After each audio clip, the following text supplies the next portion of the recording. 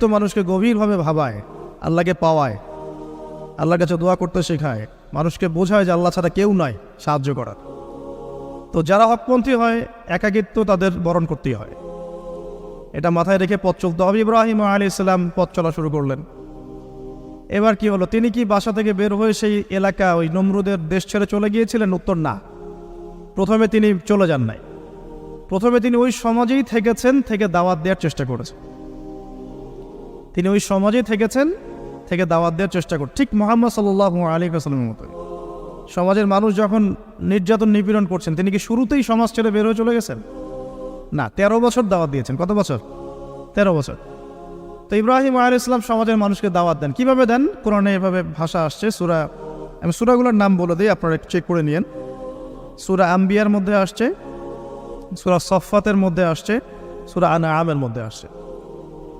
তো তিনি দাওয়াত দেন এভাবে যে ওয়াইজ ক্বালা ইব্রাহিম, যখন ইব্রাহিম বললেন লিআবিহি ওয়া কওমিহি, তার বাবাকে এবং তার কওমকে বললেন, মা হাযিহি তামাসিলু আল্লাতী আনতুম লাহা আকিফুন, তোমরা এইসব কি মূর্তির উপাসনা করো, এদের চারপাশে ঘুরতে থাকো, কি সব করো?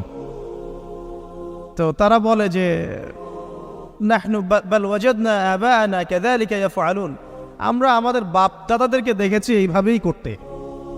তাদের রেফারেন্স কিন্তু এটাই ছিল, কোনো দালিলিক জ্ঞানতাত্ত্বিক যুক্তি বিজ্ঞান দর্শন এখানে নাই। এখানে কি ফিলোসফিটা কি? বাপ দাদাদেরকে দেখেছি করছে। তো এটা দিয়ে আবার অনেক সময় বাংলাদেশে আবার একটা ট্রেন্ড চালু করা হয়েছে যে তোমরা দীর্ঘদিন 1200 বছর থেকে যে ইসলামটা ফলো করে আসছো ওটা ভুয়া, আমরা যেটা নতুন মডারেশন দিচ্ছি এটাই সঠিক। এই দলিল সেম না।